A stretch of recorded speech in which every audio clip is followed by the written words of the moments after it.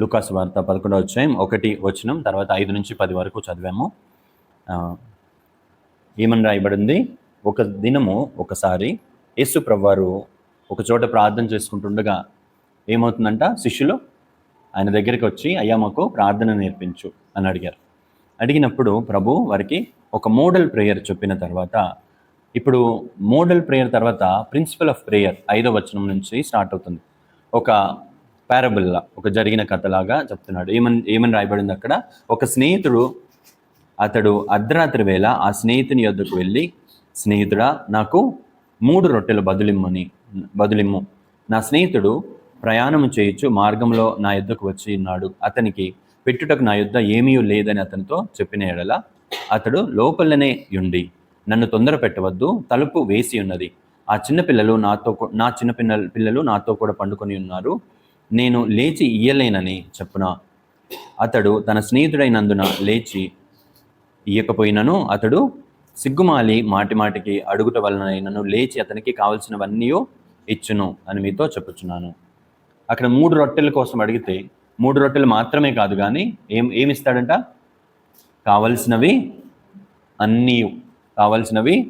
అన్నీ. మన జీవితంలో కావలసినవి ఏంటి, కోరుకునేవేంటి? 2 సపరేట్, అంతేనా? The things that we need and things that we want. అంటే మనము కొన్ని అవసరం లేనివి కూడా కొన్ని కోరికలు ఉంటాయి కదా.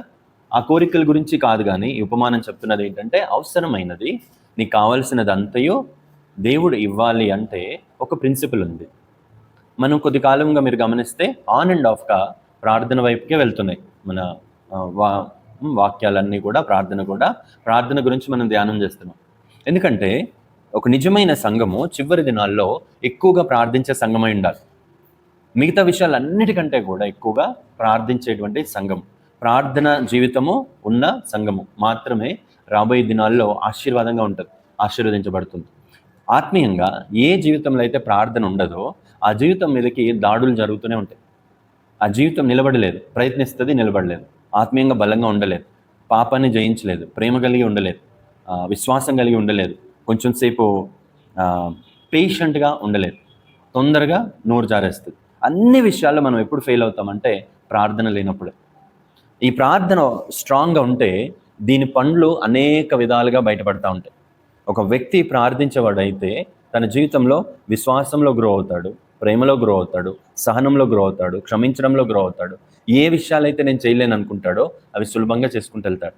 ఏ విషయాల్లో నేను నిలబడలేను అనుకుంటాడో ఆ విషయాల్లో నిలబడగలుగుతాడు. ఇక్కడ ఒక ఇంపార్టెంట్ ప్రిన్సిపల్ ప్రభువు చెప్తున్నాడు. ఏంటది?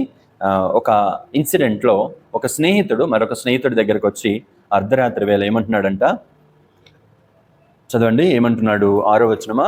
నా స్నేహితుడు ప్రయాణం చేయొచ్చు. మొదటిగా ఫస్ట్ మనం రియలైజ్ అవ్వాల్సింది, అతనికి పెట్టుటకు, అంటే నా సమస్యను నేను సాల్వ్ చేసుకోలేను. గర్విష్ఠులు ఎప్పుడు కూడా వాళ్ళు నేను చేయలేను అని అన్నారు, అంటారా? నేను చేసుకోగలుగుతానంటారు. చేయలేకపోయినా కానీ వాళ్ళు ఒప్పుకోరు. కానీ దేవుని దగ్గర ప్రార్థించే వాళ్ళు ఎవరు అంటే దీన మనస్సు కలిగిన వాళ్ళు మాత్రమే ప్రార్థిస్తారు. గర్విష్ఠులు ప్రార్థన చేయలేరు. ఇప్పుడు నాకు గర్వం ఉందా లేదా ఎలా తెలుస్తుంది? మనం ఒక టెస్ట్ చేసుకుందాం. గత వారంలో ఎన్నిసార్లు మనం మోకాళ్ళు వేసాం? ఎన్నిసార్లు దేవుని దగ్గరికి వెళ్ళి దేవునితో మాట్లాడాం? అది క్లియర్గా చెప్పిద్ది మనం గర్విష్ఠులమా దీనులమా అని. దీనుడు మళ్ళీ మళ్ళీ దేవుని దగ్గరికి వెళ్ళిపోతాడు. ఏదైనా కానీ, ఒకవేళ ఆఫీస్లో ఉన్నావు, నీకు ఒక ప్రాబ్లం వచ్చింది, లేకపోతే నీకు ఒక కాన్స్టెంట్గా నీకు ఒక ఇష్యూ కానీ ఏదైనా పరిస్థితిలో ఉన్నావు, నువ్వు ఎన్నిసార్లు దేవునితో మాట్లాడుతున్నావు, ప్రార్థన చేస్తున్నావు? నీళ్ళలోనే చేయక్కర్లా, కానీ ప్రార్థన చేసింది నెంబర్ ఆఫ్ టైమ్స్ ప్రేయర్. ఈ వ్యక్తి నా దగ్గర ఏమీ లేదు కాబట్టి నేను నీ దగ్గరకు వస్తున్నాను అని వస్తున్నాడు. వచ్చాక ఏమని అడుగుతున్నాడు చెప్పండి? అడిగితే ఏమని వస్తుంది రెస్పాన్స్?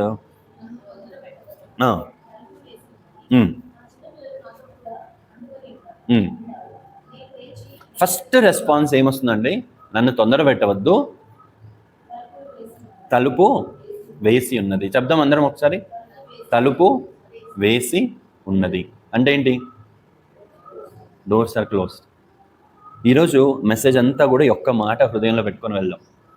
ప్రేయర్కి జనరల్గా ఫస్ట్ వచ్చే రెస్పాన్స్ ఏంటంటే తలుపు మూయబడింది అని, లేకపోతే బిగ్ నో. ప్రార్థనలో నో వచ్చిన తర్వాత నువ్వు ఎలా దానితో వ్యవహరిస్తావు అనేదే నీ జవాబు ఆధారపడి ఉంటుంది. ప్రార్థన చేసినప్పుడు నీకు లేదు, కాదు, జరగదు అని వచ్చినాక అప్పుడు నువ్వు వదిలేసి వెళ్ళిపోతావా, లేకపోతే నువ్వు పర్సిస్ట్ అవుతావా? ఇదొక్కటే ప్రార్థనా వీరులను ఒక మామూలు విశ్వాసులను వేరు చేసింది. హిస్టరీ మొత్తం కూడా ఒక 100 మంది క్రైస్తవులు ఉంటే వాళ్ళలో 2 5 నో వస్తే అలానే కంటిన్యూ చేస్తారు దేవుని దగ్గర. నో వచ్చినా, డోర్ మూసేసున్నా వదిలిపెట్టరు దేవుణ్ణి. నువ్వు చెయ్యాల్సిందే ప్రవ్వా, నువ్వు చెయ్యాల్సిందే, ఇది నా అవసరత, నువ్వు నా పరిస్థితి మార్చాల్సిందే, నువ్వు నాకు ఇది నెరవేర్చకుండా నేను నిన్ను విడిచిపోను అన్నవాళ్ళు 2 ఉంటారేమో 100 మందిలో. ఈ 98 మంది విశ్వాసులు, ఆ 98 మంది ప్రార్థన వీరులు. ఈరోజు మెసేజ్ ప్రార్థన వీరుల కోసం.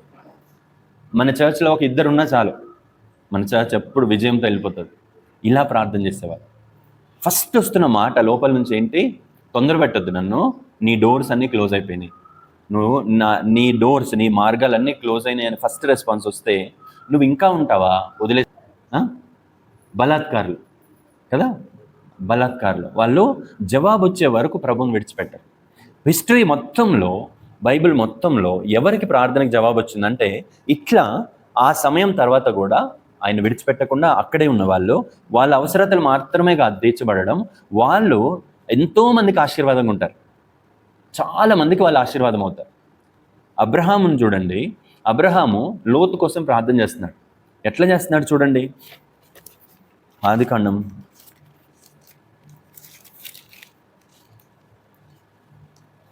18వ అధ్యాయం.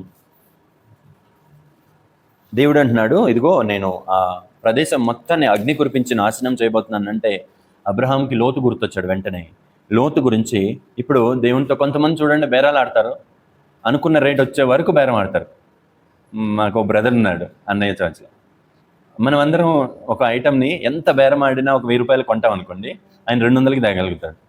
మరి ఎట్లా తెస్తాడో తెలియదు కానీ, ఎట్లా బేరం ఆడతాడో తెలియదు కానీ ఫైనల్గా అనుకున్న రేటుకి తీసుకొస్తాడు అన్నమాట దాన్ని. అబ్రహాం చూడండి దేవునితో ఎలా మాట్లాడుతున్నాడో. ఇది అలవాటు లేని వ్యక్తి ఇలా మాట్లాడలేడు దేవునితో, ఓన్లీ ఆయనతో అలవాటు ఉన్న వ్యక్తే. 18వ అధ్యాయంలో చదవండి. వాళ్ళు నాశనం చేయడానికి వెళ్ళిపోతున్నప్పుడు 23వ వచనం ఎంత బ్యూటిఫుల్గా ఉంటుంది ఆ మాట చదవండి. సమీపించి, ఆ మాట అండర్లైన్ చేసుకుందాం. మన సంఘము వారంలో 6 సార్లు సమీపించి రావాలి దేవుని దగ్గరికి. 6 సార్లు మీ ప్రార్థన గదుల్లో దేవుణ్ణి సమీపించి బయటకు వెళ్తుండాలి. Came near, Abraham came near. దూరం నుంచి చాలా మంది ప్రభువుని వెంబడించారు. పేతురు గురించి రాస్తుంది, దూరం నుంచి వెంబడిస్తున్నాడంట ప్రభువారిని సంఖ్యలు వేసినప్పుడు. దూరంలో కొంతమంది నిలబడ్డారని రాస్తుంది. కానీ అబ్రహాము దగ్గరికి వెళ్ళి ఏమంటున్నాడంట చదవండి. సిగ్గునొందలేదు. 50కి లెక్క మాట్లాడుకున్నాడు అబ్రహాం. 50 మంది నీతిమంతులు ఉంటే ఆ ప్రదేశాన్ని నాశనం చేయవా అంటే దేవుడు అంటున్నాడు, దేవుని స్తుతిస్తున్నాడు కూడా, నువ్వు చాలా గొప్ప దేవుడివి, నువ్వు న్యాయమంతుడివి, నువ్వు ఇలా చెయ్యవు అంటే దేవుడు వెంటనే అవును 50 మంది ఉంటే నేను దాన్ని నాశనం చేయను అంటే మళ్ళీ డౌట్ వచ్చింది అబ్రహాంకి, 50 మంది ఉన్నారో కొంచెం తగ్గారో అని. నెక్స్ట్ మాట ఏమంటున్నాడు 26. ఎక్కువ వీళ్ళిద్దరు మాట్లాడుకుంటుంటే చాలా సంతోషం కలుగుతుంటుంది ఇది వింటే. ఇదొకటి. అంతకుముందు ఆయన 3 రావడము చూడండి. ఒక స్నేహితుడు ఇంకో స్నేహితుడు అనే అక్కడ ఉదాహరణ ఎలా ఉందో దాదాపు ఇక్కడ అలానే ఉంది. కొంతమంది ఫ్రెండ్స్ ఉంటారు చూడండి, వాడు బిర్యానీ ఇప్పించే వరకు వీడు విడిచిపెట్టాడు, అది పిచ్చి అని తిరుగుతుంటారు చూడండి. అట్లా ఒక స్నేహితుడు మాట్లాడుతున్నట్టు. అందుకని అబ్రహాం పేరేంటంటే దేవుని యొక్క స్నేహితుడు. ఫ్రెండ్స్ ఈగో ఫీల్ అవ్వరు, ఫ్రెండ్స్ మధ్యలో ఈగో ఉండదు జనరల్, క్లోజ్ ఫ్రెండ్స్కి. ఇక్కడ 50 మంది అన్నాడు, తర్వాత ఒక 5 తగ్గితే అంటే దేవుడే అలా లెక్కేసుకొని 45 అంటున్నాడు. సరే 5 తగ్గడం కదా 45 అంటున్నాడు, మళ్ళీ 40 అన్నాడు, మళ్ళీ 30 అన్నాడు, 20, 10 అన్నా ఉంటారులే అని కాన్ఫిడెంట్. ఇక్కడ ఒక్క విషయం ఏంటంటే పర్సిస్టెన్స్. అంటే మాటికి సిగ్గుమాలి అంటే మనకేదో అవమానకరమైన పదం లాగా ఉంది కదా. లూకా 11లో చూస్తే సిగ్గుమాలి అనేది, సిగ్గుమాలి దేవుని దగ్గరికి వెళ్ళినప్పుడు సిగ్గుమాలడం అంటే ఈగో ఫీల్ అవ్వకుండా అని అర్థం. దేవుని దగ్గర మనిషికి ఈగో ఉండనేరదు. దేవునితో మాట్లాడేటప్పుడు పిల్లలు చూడండి, చాక్లెట్ అడిగినప్పుడు సిగ్గుమాలి అడిగినట్టే, కానీ అదేంటి యాక్చువల్గా ఈగో ఫీల్ అవ్వరు పిల్లలు తండ్రిని అడిగేటప్పుడు. అట్లాంటి ప్రార్థన పరులు కావాలి. 50, 45, 40 అన్నిసార్లు అడుగుతూనే ఉన్నాడు. ఫైనల్గా 33వ వచనంలో దేవుడే వెళ్ళాడంట, అబ్రహాం వెళ్ళాల. ఫస్ట్ దేవుడే వెళ్ళిపోయాడు, అబ్రహాం అక్కడే ఉన్నాడు. మనం చాలాసార్లు చూడండి ప్రేయర్ చేసేటప్పుడు దేవుడు ఉంటాడు, మనం వచ్చేస్తాం. మనకంత టైం ఉండదు దేవుడితో మాట్లాడడానికి. 5 నిమిషాలు, 3 నిమిషాలు, 7 నిమిషాలు చేసి అక్కడి నుంచి వెళ్ళిపోతాం. కానీ మనం వెళ్ళేటప్పుడు కూడా దేవుడు ఇంకా ఉన్నాడని మనకు తెలుస్తుంది ఆత్మలో. మనం ఎలా దైవజనులు హిస్టరీలో వాళ్ళు ఎలాంటి ప్రార్థన పరులు అంటే, ప్రార్థన చేసి చేసి ఫైనల్గా వాళ్ళకి అర్థమైపోతుంది, మొత్తం వినేశాడు దేవుడు, మా కాన్వర్సేషన్ అంతా అయిపోయింది అన్నా కూడా వాళ్ళు ఉండి వెళ్తారు. అబ్రహాంకి అలాంటి అలవాటు. అందుకని తర్వాత కూడా 17వ అధ్యాయం 22వ వచనం.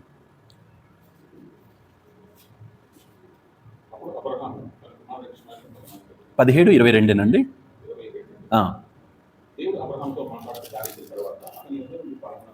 దేవుడు వెళ్ళెను, అబ్రహాం వెళ్ళల. వీళ్ళు అనమాట, వీళ్ళు విడిచిపెట్టారు దేవుణ్ణి, అలానే ఉంటారు, కంటిన్యూ అవుతూ ఉంటారు, జవాబు వచ్చే వరకు ఉంటారు. అందుకే అబ్రహాము విశ్వాసులకు తండ్రి, విశ్వాసంతో ప్రార్థన చేసే వాళ్ళకు తండ్రి.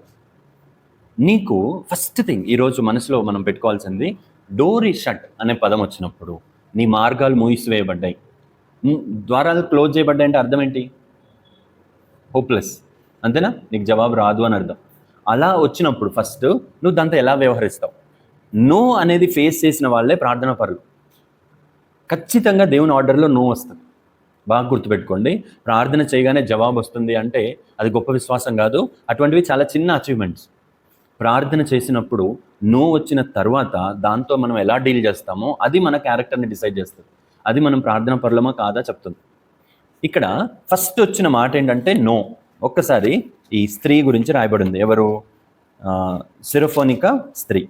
తీగానే అదే వచ్చింది. మత్తయి సువార్త 15వ అధ్యాయం 22 నుంచి 28 వరకు చదువుకుందాం. ఇదిగో ఆ ప్రాంతంలో నుండి కనాను స్త్రీ ఒకటి వచ్చి, ప్రభువా, దావీదు కుమారుడా, నన్ను కరుణింపుము, నా కుమార్తె దెయ్యము పట్టి బహు బాధపడుచున్నదని కేకలు వేశాను. అందుకు ఆయన ఆమెతో ఒక్క మాట అయినను చెప్పలేదు. అప్పుడు ఆయన శిష్యులు వచ్చి, ఈమె మన వెంబడి వచ్చి కేకలు వేయుచున్నది కనుక ఆమెను పంపివేయమని ఆయనను వేడుకొనగా, ఆయన, ఇజ్రాయిల్ ఇంటి వారై నశించిన గొర్రెల యొద్దకే గాని మరి ఎవరి యొద్దకును నేను పంపబడలేదు అనెను. ఆయనను ఆమె వచ్చి ఆయనకు మ్రొక్కి, ప్రభువా, నాకు సహాయం చేయమని అడిగాను. అందుకు ఆయన, పిల్లల రొట్టె తీసుకుని కుక్క పిల్లలకు వేయుట యుక్తము కాదని చెప్పగా, ఆమె, నిజమే ప్రభువా, కుక్క పిల్లలు కూడా తమ యజమానుల బల్ల మీద నుండి పడు ముక్కలు తిరుగు కదా అని చెప్పాను. అందుకు యేసు, అమ్మా, నీ హృదయం, నీ విశ్వాసము గొప్పది, నీవు కోరినట్లే నీకు అవునుగాక అని ఆమెతో చెప్పాను. ఆ గడియలోనే ఆమె కుమార్తె స్వస్థత నొందెను. ఫస్ట్ చూడండి, ఇది అవసరత. తన కూతురు స్వస్థపరచబడడం అనేది ఆమె కోరిక కాదు, వాంట్ కాదు, ఏంటది? నీడ్. ఆమె ఫస్ట్ ప్రభువారు ఏమంటున్నారు లూకా సువార్త 11లో, ఈ ఎగ్జాంపుల్ చెప్పగానే ప్రార్థనలో ఈ ప్రిన్సిపల్ మీరు నేర్చుకోండి. అడుగుడి మీకు ఇవ్వబడను, వెదకుడి మీకు దొరుకును, తట్టుడి మీకు తీయబడను. 3 థింగ్స్ ఉన్నాయి. అడగడం ఎలా అడగచ్చు? కూర్చున్న కుర్చీలోంచి అడగచ్చు. వెతకాలంటే అడిగినప్పుడు ఇవ్వలేదనుకో ఏం చేయాలి? వెతకాలి. వెతకడానికి ఏం చేయాలి? కూర్చున్న చోట వెతకగలుగుతామా? లేచి వెతుకుతాం. వెతికినా కూడా దొరకలేదనుకోండి ఏం చేస్తారు? తట్టడం అనేది ఇంకా ఏంటి? Banging the doors of haven. పరలోకపు ద్వారాలని తట్టడం అనమాట. ఇంకా శబ్దంతో కూడింది. వైలెంట్ అంటే బలాత్కారులు పరలోక రాజ్యాన్ని స్వతంత్రించుకుంటారండి. వాళ్ళు అడిగినప్పుడు దొరకపోతే, నో వస్తే ఆగరు, అక్కడ వెతుకుతారు. వెతికినప్పుడు కూడా నో వస్తే అక్కడికి ఆగరు. ఏం చేస్తారు? తడతారు. ఈమె ఆ బలాత్కారులలో ఒక ఎగ్జాంపుల్గా ఉంది. చూడండి, ఫస్ట్ ఆన్సర్ ఏంటి? 23వ వచనంలో ఆమె అసలు మొరపెడుతుంది గట్టిగా, దావీదు కుమారుడా, అయ్యా నా కుమార్తెను, cruelly she was demon possessed. ఆమె చాలా భయంకరమైన పరిస్థితిలో ఉంది. ఇది నా అవసరత, నా పరిస్థితి బాగలేదు, నా జీవితంలో ఈ అవసరత ఉంది, నాకు జవాబు ఇవ్వు అని ఏడుస్తుంది. అయితే ఫస్ట్ ఆన్సర్ ఏంటి? ఇంత కరుణ కలిగిన యేసయ్య 23వ వచనం చదవండి. అప్పుడు ఆయన శిష్యులు వచ్చి, ఈమె మన 23 అండి. 23. అందుకు ఆయన ఆమెతో ఒక్క మాట అయినను చెప్పలేదు. ఇది ఫస్ట్ స్టేజ్. ఏంటది? ఒక్క మాట అయినా చెప్పలేదు. ద్వారము ముయ్యబడింది, ఒక్క మాట అయినా చెప్పలేదు. అసలు ఆమెకి ఏమనిపించాలి? ఇంతమంది చెప్పారు యేసు ప్రభు గురించి, కరుణ కలిగిన వాడని, దయగలిగిన వాడని, ఆయన ప్రార్థనకి జవాబిస్తాడని. నేను ఇంత ఏడుస్తుంటే ఇంతమంది మధ్యలో ఏం చేస్తున్నాడు ఆయన? Can you imagine? అసలు యేసు ప్రభు మాట్లాడుకొని వెళ్ళడం. ఫస్ట్ టెస్ట్, మొదటి పరీక్ష. He didn't answer. నీ ప్రార్థనకి జవాబే రాదు. నువ్వు ఫస్ట్ డే ప్రార్థన చేసినప్పుడు, లేదా ఫస్ట్ నెల ప్రార్థన చేసినప్పుడు జవాబు రాదు. అదొక టెస్ట్. కానీ ఏమో పాస్ అయిపోతుంది. ఏమవుతుంది ఆమె? నెక్స్ట్ ఏం చేస్తుంది ఆమె? కేకలు వేస్తుంది. తర్వాత 24వ వచనం చదవండి. ఇజ్రాయిల్ ఇంటి వారై నశించిన గొర్రెల యొద్దకే కానీ మరి ఎవరి యొద్దకును నేను పంపబడలేదు. ఇది ఇంకో పెద్ద స్ట్రైక్ కదా ఆమెకి. ఆయన శిష్యులు అన్నారు ఈమెను పంపించేసే త్వరగా అని అడిగితే ఆయన ఏమంటున్నాడు? వీళ్ళ కోసం రాలేదు. ఏదో రేసిజం ఉన్నట్టు ప్రభు, నేను వీళ్ళ కోసం రాలేదు, ఇజ్రాయేలీల కోసమే వచ్చాను. అసలు దేవుడు అలాంటి మాట అంటే ఎవరు కంటిన్యూ అవుతారు? నాకు తెలిసి మనలో అందరం కంటిన్యూ అవుతామో లేదో ఇలాంటి ప్రభువుని చూస్తే, ఇలా జవాబిస్తున్న ప్రభువుని. ఎందుకు ఈమె రాయబడిందంటే ఒక ఎగ్జాంపుల్గా దేవుని పిల్లలకి. ఆయన అన్ని టెస్ట్ చేస్తున్నాడు ఆమెను. ఆయన ఉద్దేశం అది కాదు. ఆయన కృపా కనికరం కలిగిన దేవుడు, ఆమె పరిస్థితి ఎరిగిన దేవుడు, ఆమెను స్వస్థపరుస్తానని ఆయనకు ముందుగానే తెలుసు. కానీ ఆమెని ఫస్ట్ టెస్ట్ ఆమె క్లియర్ చేసింది. రెండోది ఆయన అన్నాడు నేను వీళ్ళ కోసం రాలేదు అంటే అప్పుడన్నా వెళ్ళిపోవాలి ఆమె. ఇలా అన్నాడు ఆయన.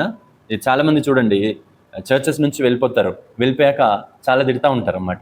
నేను ఒకప్పుడు చర్చ్కి వెళ్ళాను కానీ ఆ దేవుడితో నాకు పని అవ్వలేదు కాబట్టి నేను వదిలిపెట్టేసాను. విన్నారా? ఎంతమంది ఈ మధ్యకాలంలో విన్నాను, ఆ దేవుడు దగ్గర మాకేమి జరగలేదు, ఏం మంచి జరగలేదు, ఆయన ఏం చేయలేదు కాబట్టి వదిలేసి వెళ్ళిపోయాము. ఈమె ఆ సమయంలో నేను వీళ్ళ కోసం రాలేదు అంటే అది వినింది. నెక్స్ట్ ఆమె రియాక్షన్ చూడండి. నెక్స్ట్ ఏం చేస్తుంది? ఆయనకు మొక్కి ప్రభువా నాకు సహాయం చేయమన్నాడు. అప్పుడేమన్నాడు ప్రభు మూడోసారి 20 పిల్లల రొట్టె తీసుకుని పిల్లలకు వేయట యుక్తం కాదని చెప్పి. అది ఇంకా మూడో స్టేజ్ అనుకోండి. ఫస్ట్ మాట వినలే, రెండోది వీళ్ళ కోసం కాదన్నాడు, మూడోది ఏమన్నట్టుంది? కుక్క పిల్లలకి నేను ఎలా పెడతాను? అయినా కూడా ఆమె ఏమంటుంది? నిజమే ప్రభువా, నిజమే ప్రభువా, కుక్క పిల్లలు కూడా తన యజమాని బల్ల మీద నుండి పడి ముక్కలు తినుడు కదా అని చెప్పాను. ఆ మాట అనగానే ఒక్కసారి మార్కు సువార్త 7వ అధ్యాయం 29వ వచనం చదవండి.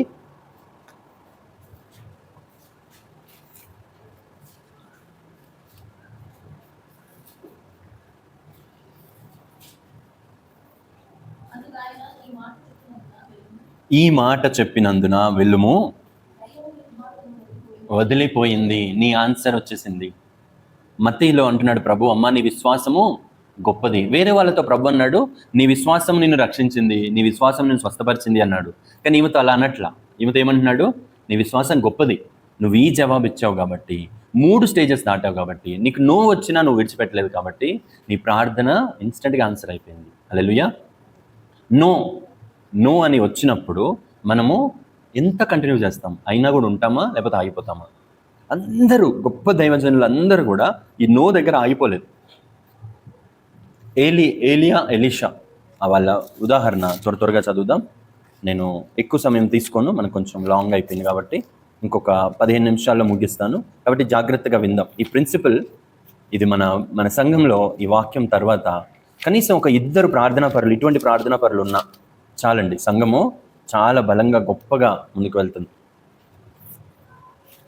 2 రాజులు 2వ అధ్యాయం 2వ వచనం చదవండి. ఇక్కడ ఏలియా వెళ్ళిపోతున్నాడు, దేవుని దగ్గరికి వెళ్ళిపోతున్నాడు అని తెలిసి ఎలీషా ఏం చేస్తున్నాడు? ఏలియా వెంట వెళ్తున్నాడు, నన్ను నువ్వు ఆశీర్వదించు అని. అయితే సాక్షాత్తు ఏలియా అనే అంటున్నాడు ఎలీషాతో, ఏమంటున్నాడు?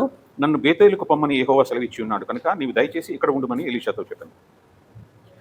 ఎలీషా యెహోవా జీవముతోడు నీ జీవముతోడు నేను నిన్ను విడువను అని చెప్పగా, అంటే నేను చనిపోయినా కూడా నేను నిన్ను విడువను. First time ఆయనకేమొస్తుంది? ఏలియానే అంటున్నాడు నువ్వు ఆగిపో, నువ్వు చాలింత, నువ్వు ఆగిపో అంటే ఎలీషా ఒప్పుకుంటున్నాడా? ఫస్ట్ టైం ఒప్పుకోట్లా. ఎక్కడది? మళ్ళీ వాళ్ళు బేతేల్ దాకా వెళ్ళారు. అక్కడ నుంచి నెక్స్ట్ చదవండి 4వ వచనమా? ఏమంటే ఎలీషా యెహోవా నన్ను యెరికోకు పొమ్మని సెలవిచ్చున్నాడు కనుక నీవు దయచేసి ఇక్కడ ఉండమని ఎలీషాతో చెప్పగా, ఇప్పుడు బేతేల్ నుంచి యెరికోకు వెళ్తాను అని చెప్తున్నాడు ఏలియా. యెరికోకు వెళ్ళమని యెహోవా చెప్తున్నాడు. అయితే అతడు యెహోవా జీవముతో నువ్వు ఇక్కడ ఉండిపో అని రెండోసారి ఆన్సర్ వస్తుంది. దైవజనుడే చెప్తున్నాడు నువ్వు చాలే, నో అని వస్తుంది. బాగా గమనించండి. డోర్ క్లోజ్ అయింది, ఇంకా చాలు అని అంటే ఏమంటున్నాడు ఎలీషా? మరలా సేమ్, యెహోవా జీవముతోడు నీ జీవముతోడు నేను నిన్ను విడువను అని. కనుక వారిద్దరు యెరికోకు ప్రయాణం. మళ్ళీ అక్కడి నుంచి కూడా యెరికోకు ప్రయాణం చేశారు. ఇప్పుడు యెరికోలో 6వ వచనం చదవండి. యోర్దానికి వెళ్ళమని చెప్తాను. అంతే ఏలియా యెహోవా నన్ను యోర్దానికి పొమ్మని సెలవిచ్చుచున్నాడు కనుక నీవు దయచేసి ఇక్కడ ఉండమని ఎలీషాతో అనగా, అతడు యెహోవా జీవంతోడు నీ జీవంతోడు నేను నిన్ను విడువనని చెప్పాను. కనుక వారిద్దరును ప్రయాణమే సాగి వెళ్ళిరి. ఎందుకు ఎలీషా ఏలియా కంటే కూడా డబుల్ మిరకల్స్ చేశాడంటే కారణం ఇదే. ఏలియా ఎన్ని అద్భుతాలు చేశాడో ఎలీషా రెండింతలు అద్భుతాలు చేశాడు. చనిపోయిన వాళ్ళు లేచేటువంటి గొప్ప శక్తిని ఎలా పొందుకున్నాడంటే నో వచ్చినప్పుడు ఆగిపోవట్లేదు. 3 సార్లు నో వస్తుంది, ఆగిపోవట్లేదు. యాకోబు ఇజ్రాయెల్గా మారింది ఎప్పుడు? పెనుగులాడుతున్నాడు తెల్లవారుజాము వరకు. చూడండి, చదవండి ఆదికాండం 32వ అధ్యాయం 24వ వచనం చదవండి.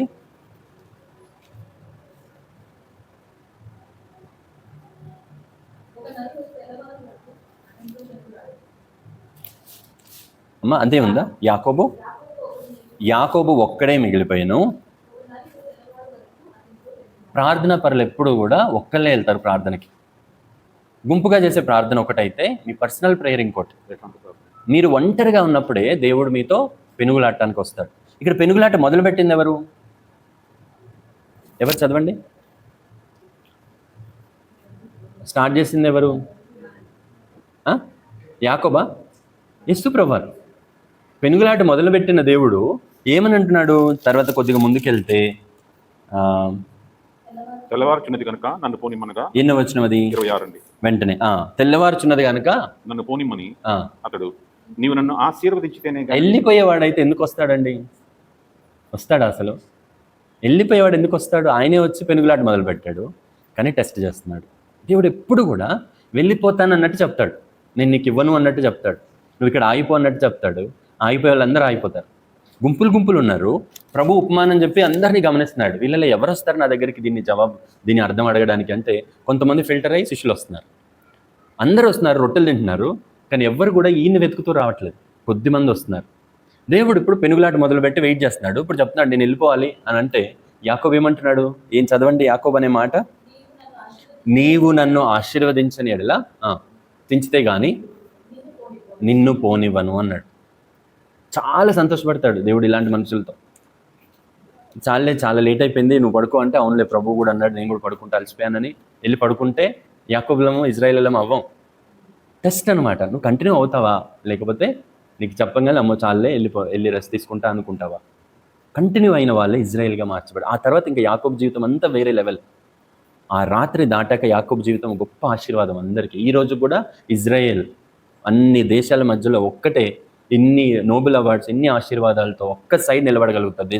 ప్రపంచం అంతా ఒకవైపు ఉన్నది, ఒకవైపు ఉండగలుగుతుంది. ఎందుకంటే ఈయన తర్వాత వచ్చింది కాబట్టి, ఈయన పేరు మీద పుట్టింది కాబట్టి ఆ దేశం.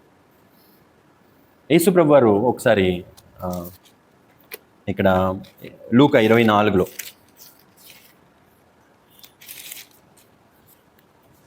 ఎమ్మాస్ మార్గంలో ఇద్దరు మనుషులు మాట్లాడుకుంటూ వెళ్తుంటే ఈయన కూడా వచ్చేసాడు వాళ్ళ దగ్గరికి. వీళ్ళ మాటలు వింటూ మాట్లాడుతూ ఈయనతో నడుస్తూ అన్ని విషయాలు మాట్లాడిన తర్వాత వాళ్ళు ఇంటికి వెళ్తున్నప్పుడు దగ్గరలో 28వ వచనం చదవండి. 24వ వచనం 28వ వచనం. ఇంతలో తాము వెళ్ళిచున్న గ్రామం దగ్గరికి వచ్చినప్పుడు ఆయన ఇంకా కొంత దూరం వెళ్ళిచినట్లు అగపడగా. ఇంగ్లీష్లో చదవడం మాది. కొంత దూరం వెళ్ళినట్లు అగపడగా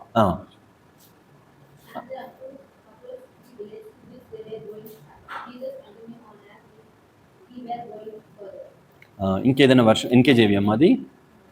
ఎన్ఏఎస్వి చదువుమా.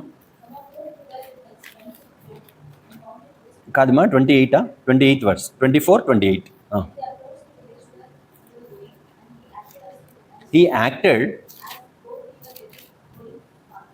అంటే ఎలా ఉంది? అది యాక్షన్ చేసినట్టుగా ఉంది. ఆయన యాక్షన్ చేశాడంట. ఏమని? ఆయన యాక్షన్ చేసింది ఏంటంటే అక్కడ నుంచి వెళ్ళిపోయేలాగా యాక్షన్ చేస్తున్నాడంట. వెళ్ళిపోయేవాడైతే 7 కిలోమీటర్లు ఎందుకు నడుస్తాడు? పొద్దున్నుంచి సబ్బత్ రోజు నడిచిందంతా నడిచాడు. ఇల్లు దగ్గరికి వచ్చేసరికి వెళ్ళిపోతున్నట్టుగా నేను వెళ్ళిపోతున్నా అంటున్నాడు. కానీ వీళ్ళు పిలవాలన్నమాట. వాళ్ళు అంటున్నారు వెళ్ళొద్దయ్యా, ఇక్కడ దాకా వచ్చావు కదా, మాతో స్పెండ్ చేయి అని ఒక్క మాట వాళ్ళు అడిగితే వచ్చి వాళ్ళకి రొట్టె విరిచేసరికి వాళ్ళ కన్నులు తెరవబడ్డాయి. బోట్ దగ్గర కూడా మార్కు సువార్తలో ఉంది, మనకి సమయం లేదు కాబట్టి అన్ని చూపించట్లా. మార్కు సువార్తలో కూడా ఆయన వెళ్ళిపోతున్నట్టుగా బిహేవ్ చేస్తున్నాడు. అక్కడి నుంచి వాళ్ళ దగ్గరకు వచ్చాడు. ఉదయం దాదాపు 3 గంటల సమయానికి ఆయన వచ్చి ఆయన వాళ్ళ నుంచి దూరం వెళ్తున్నట్టుగా he acted as if he was walking away. వెళ్ళిపోయేవాడైతే ఉదయం 3 గంటలకు సముద్రం మీద నడుచుకుంటూ ఎందుకు వస్తాడు? కానీ ఆయన వచ్చాడు. తర్వాత రెఫరెన్స్ చూడండి. ఆ ఒక్క టెస్ట్ అనమాట. నో కాదు, డోర్ క్లోజ్ అయింది, ఏమీ లేదు. ఈ మాటలు వచ్చినప్పుడు 98% క్రైస్తవులు వదిలేస్తారు ప్రార్థనని. ఒక 2% మాత్రం అయినా ఉంటాం మేము, వి విల్ కంటిన్యూ. వాళ్ళకి జవాబులు వస్తాయి, వాళ్ళ పేర్లు రాయబడతాయి, వాళ్ళు ఆశీర్వాదంగా ఉంటారు. 4 వ్యక్తులు ఒక వ్యక్తి పెరాలసిస్ అంటే పక్షవాయువు కలిగిన వ్యక్తిని 4 వ్యక్తులు మోసుకొని వస్తున్నారు. ప్రభు దగ్గరికి వచ్చేసరికి మార్కు సువార్త 2వ అధ్యాయంలో తీసుకొచ్చేసరికి ఎలా ఉందంట, 2వ వచనం చదవండి. 2వ అధ్యాయం 2వ వచనం.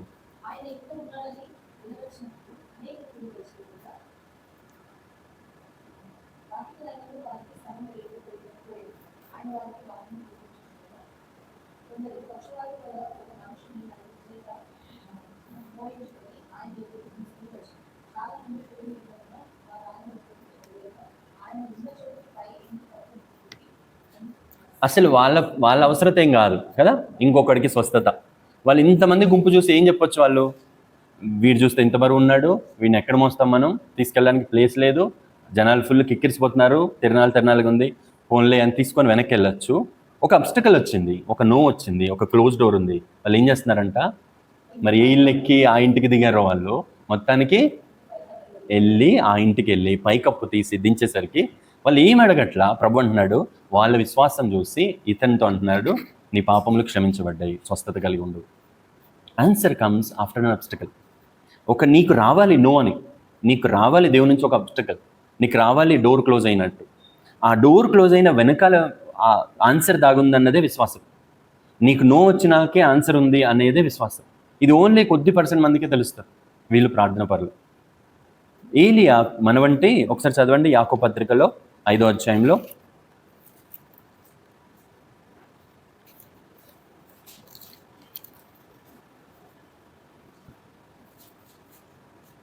17వ వచనం 18వ వచనం. యాకోబు 5, 17, 18. ఏలియా మన వంటి స్వభావం కలిగిన వాడే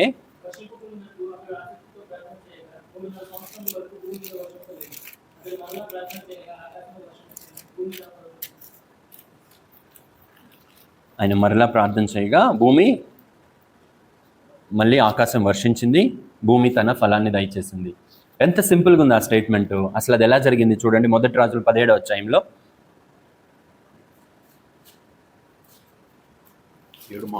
18వ అధ్యాయం. 1 రాజులు 18వ అధ్యాయం 42వ వచనం చదవండి. 42, 43.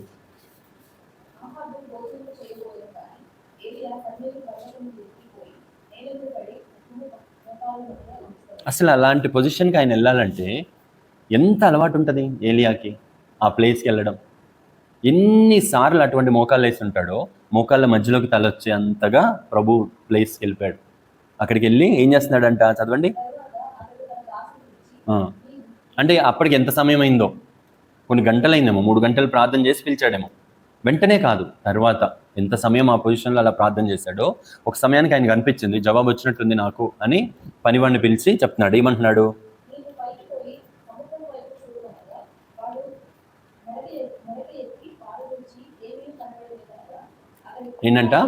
ఏంటని చెప్తున్నాడు. వచ్చిన ఆన్సర్ ఏంటి? ఫస్ట్ ఆన్సర్ ఇంగ్లీష్లో చదవండి, అది 43వ వచనం.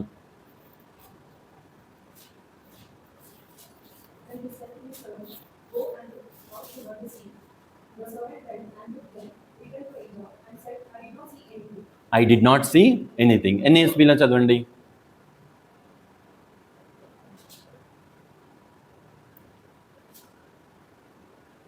Third verse.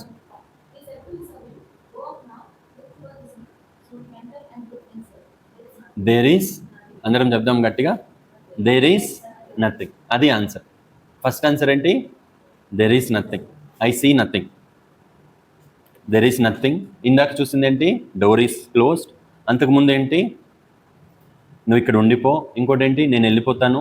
అన్ని చోట్ల no no no, closed door, negative, there is nothing. ఎన్నిసార్లు వస్తుంది దెర్ ఈజ్ నథింగ్? మళ్ళీ కొద్దిసేపు ప్రార్థన చేశాడు, మళ్ళీ పంపితే 44వ వచనంలో మళ్ళీ వెళ్ళి వాడు ఏం చెప్తున్నాడంట? There is nothing. అలా 6 సార్లు పంపించాడు. ప్రతిసారి నోనే ఏలియాకు వచ్చింది.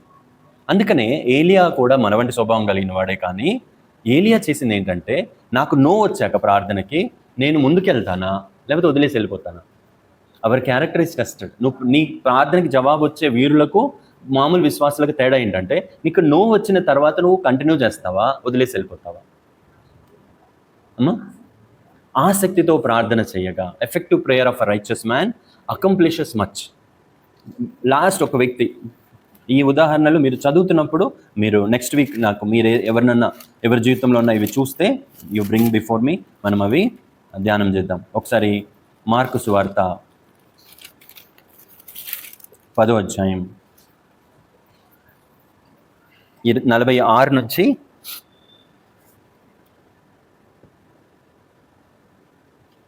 51 వరకు చదువుదాం. మార్కు 10వ అధ్యాయం 46 నుంచి 50 వరకు. వారు ఎరికో పట్టణమునకు వచ్చిరి. ఆయన తన శిష్యులతోనూ బహుజన సమూహముతోనూ ఎరికో నుండి బయలుదేరి వచ్చుచుండగా తీమయి కుమారుడకు బర్తిమయి అను గుడ్డి భిక్షకుడు త్రవ ప్రక్కన కూర్చుండెను. అసలు బిచ్చగాళ్ళ పేర్లు మనం తెలుసుకుంటామా? ఇక్కడ భిక్షగాడి పేరు వాళ్ళ నాన్న పేరు కూడా రాయబడదు, ఒక శిష్యుడి గురించి రాసినట్టు. తర్వాత చదండి. తీమయి కుమారుడకు బర్తిమయి అను గుడ్డి భిక్షకుడు త్రవ పక్కన కూర్చుండెను. ఈయన నజరేయుడైన యేసు అని వాడు విని, దావీదు కుమారుడా యేసు నన్ను కరుణింపమని కేకలు వేయ మొదలుపెట్టాను. ఊరకుండమని అనేకులు వారిని గద్దించిరి.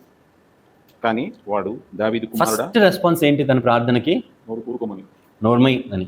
ఊరకుండా అంటే మామూలుగా చెప్తారా? క్రౌడ్స్లో ఎలా అంటారు? గుంపుల్లో ఎన్ని తిట్టారు కదా. బిచ్చగాళ్ళు గట్టి గట్టిగా అరిస్తే ఒక్కొక్కరు నోరు తెరిచారంటే ఎట్లా తిడతారు వాళ్ళని? బూతులు కూడా తిట్టారేమో అతను. ఊరకుండడి అనే మాటకి చాలా ఉంది, ఎంతోమంది ఇష్టం వచ్చినట్టు తిట్టుంటారు. ప్రభువును వెంబడించే వాళ్ళే వాళ్ళు శిష్యులు అయింటారు. కొంతమంది శిష్యులు అరుస్తుంటే ఏమనిపిస్తుంది? కొన్నిసార్లు చూడండి, మనం ప్రార్థన చేస్తూ ఉంటే ఈ సో కాల్డ్ బిలీవర్సే, చాలా ప్రార్థన పరులే, మేబీ దేవుని చిత్తం కాదేమో నీకు పిల్లలు ఉండడం అనేస్తారు వాళ్ళు సింపుల్గా. మేము దేవుని చిత్తం కాదేమో నీకు పిల్లలు పుట్టడం, ఇంకా దేవుణ్ణి ఎందుకు విసిగిస్తున్నావు, మళ్ళీ ఎందుకు ప్రార్థన చేస్తున్నావు? నాకు తెలిసిన సర్కిల్లోనే ఒక సిస్టర్ ఈ మాట అంటూ ఉన్నారు. చాలా స్ట్రాంగ్ బిలీవర్సే అంటూ ఉన్నారంట వాళ్ళతో, దేవుని చిత్తం కాదేమో బ్రదర్ మీకు పిల్లలు అవ్వడము, ఎందుకు అంత విసిగిస్తున్నారు దేవుని చెయ్యేందుకు? పిల్లలు ఉండడం అనేది కోరిక లేకపోతే నీడ్, దాన్ని దేవుని చెయ్యి ట్విస్ట్ చేయడం అన్నారు దాన్ని. కానీ ఈ జ్ఞానులు అంటారనమాట, ఊరకుండు నువ్వు దేవుని విసిగించొద్దు, అది దేవుని చిత్తమేమో, నువ్వు ఆర్థిక సమస్యల నుంచి బయటికి రావడం దేవుని చిత్తం కాదేమో, లేకపోతే పెళ్ళి అవ్వకపోవడం దేవుని చిత్తమేమో నీ పట్ల. అలాంటి క్వశ్చన్స్, అలాంటి ఆన్సర్స్ వస్తాయి వీళ్ళ దగ్గర నుంచి. కానీ అతను వీళ్ళ ఆన్సర్స్ చూడాల. Good thing Bartimaeus did was he didn't listen to them. ఏం చేస్తున్నాడు? ఇంకా గట్టిగా అరుస్తున్నాడంట. వీళ్ళని దాటి వెళ్ళాలి నా అరుపులు. ఇప్పుడు ఎక్కువగా కేకలు వేసిన దావీదు కుమారుడా నన్ను కరుణింపమని మరి ఎక్కువగా. ఫస్ట్ నోకి ఆయన రెస్పాన్స్ అది, లేదు నేను ఇక్కడ ఆగను. తర్వాత 49వ వచనం. అప్పుడు యేసు నిలిచి వారిని పిలువడని చెప్పగా వారు ఆ గుడ్డివారిని పిలిచి, ధైర్యం తెచ్చుకును, ఆయన నిన్ను పిలుచుచున్నాడు లెమ్మని వారితో చెప్పాడు. వెంటనే తనకి జవాబు వచ్చింది. కన్ను చూపు దృష్టి తిరిగి వచ్చేసింది. నీ విశ్వాసం నిన్ను స్వస్థపరిచింది. నో వచ్చింది. నో ఏం చేస్తుంది? వీళ్ళని బంతి ఎంత గట్టి కింద కొడితే ఏమవుతుంది? అది అంత బలంగా పైకి వెళ్తుంది చూడు. వాళ్ళు ప్రార్థనా పరులు. వాళ్ళకి ఎంత నో స్ట్రాంగ్ వస్తే అంత ఎక్కువ ప్రార్థన చేస్తారు వాళ్ళు. 98 మంది నో రంగాన్ని వదిలేసి వెళ్ళిపోతారు. ఇది చూడటానికి దేవుడే అన్నట్టుంది కదా, దేవుడి దగ్గర నుంచి నో వచ్చింది కదా. కాదు. యాకోబు ఇజ్రాయేల్ అవ్వాలంటే దేవుడే చాలే నేను వెళ్ళిపోతా అన్నా కూడా విడిచిపెట్టరు వాళ్ళు. అని దేవుడికి ఇష్టం అలాంటి వాళ్ళు. అలా ఆయనతో బలాత్కారంగా రెజిల్ చేసి జవాబులు తెచ్చుకునే వాళ్ళు ఆయనకి ఇష్టం. ద్వారం మూసింది అన్నా కూడా ఉండేవాళ్ళు ఇష్టం. లూకా 18, ఈమె ఒక్క జీవితాన్ని మనం చూద్దాం. లూకా 18వ అధ్యాయం. ప్రభు అంటున్నాడు 1వ వచనంలో, ఒక పేద విధవరాలు ఆమె న్యాయం చేయమని, అంటే ఆమె అవసరత కోసం రాజు దగ్గరికి వస్తున్న ఉదాహరణ. 1వ వచనం చదవండి.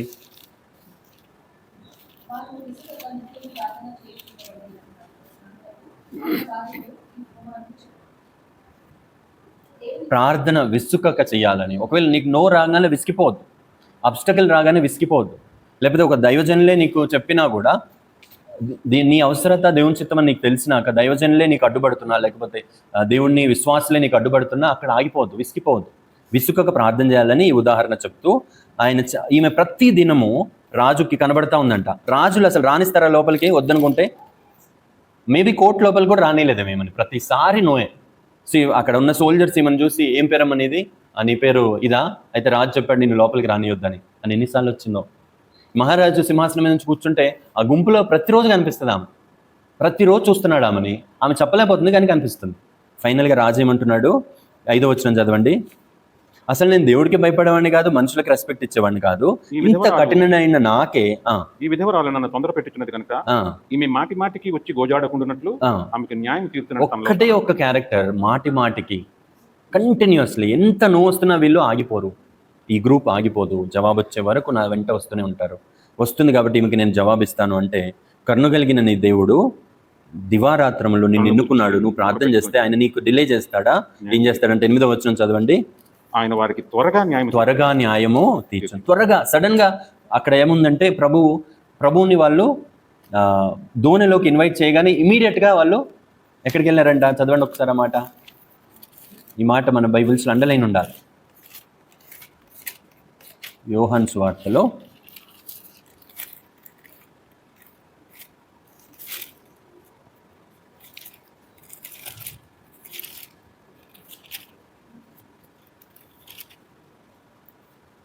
యోహాను సువార్త 6వ అధ్యాయం 21వ వచనం చదవండి. యోహాను సువార్త 6వ అధ్యాయం 21వ వచనం.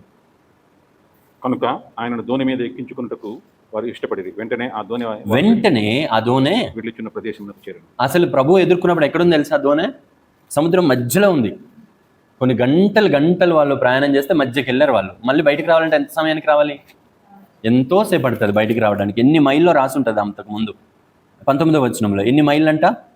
3-4 మైళ్ళు. సముద్రంలో 3-4 మైళ్ళు అంటే 2 కోసుల దూరం. ఇక్కడ నుంచి సుచిత్ర అంత దూరం వాళ్ళు దోణిలో వెళ్ళారు. మళ్ళీ రావాలంటే అంత టైం పట్టింది కదా. ఇమ్మీడియట్గా ఒడ్డుకి వెళ్ళిపోయారు. దేవుని జవాబు వస్తే త్వరగా ఆయన న్యాయం తీరుస్తాడు. నీ లైఫ్ ఇప్పటిదాకా ఇంత చెడింది కదా, మళ్ళీ బాగవడానికి ఇంత సమయం పడుతుంది అనుకుంటే అంత సమయం తీసుకోవడం ఆయన. ఈ అప్పులన్నీ ఎప్పటికి తీరుతాయి అనుకుంటే సడన్గా యూ విల్ రియలైజ్ నువ్వు ఒడ్డుకు చేరిపోయావని. ఈ పరిస్థితి నుంచి నేను రావడానికి ఎన్నేళ్ళు పడుతుందో అనుకుంటే సడన్గా you will realise God he's already taken you to the ఒడ్డుకి తీసుకెళ్ళిపోయాడని నీకు అర్థమవుతుంది. ఆమెను చెప్తాం గట్టిగా. త్వరగా ఆయన న్యాయం తీర్చును. ఆయనను ఏమంటున్నాడు ప్రభు? 18వ అధ్యాయం 8వ వచనంలో, లూకా 18:8లో, అయినను మనిషి కుమారుడు వచ్చే సమయానికి చివరి దినాల్లో ఇలాంటి విశ్వాసాన్ని కనుగొంటానా?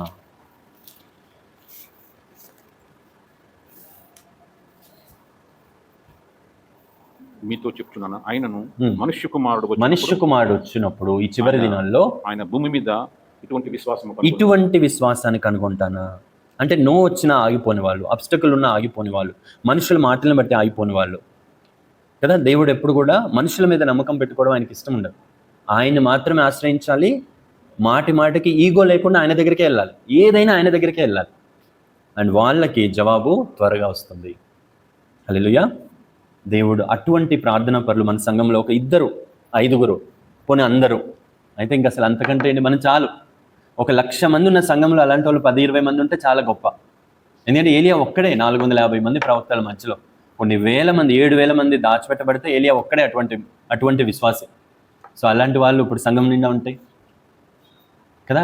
నీ జీవితమే కాదు, నీ జీవితం ఎంతో మందికి ఆశీర్వాదంగా కూడా మారుతుంది. సో దేవుడు అటువంటి ప్రార్థనాత్మను కలిగిన వాళ్ళను మన సంఘం నుంచి లేపును గాక. ఆమేన్. లేచి నిలబడదాం, ప్రార్థన చేసుకుందాం.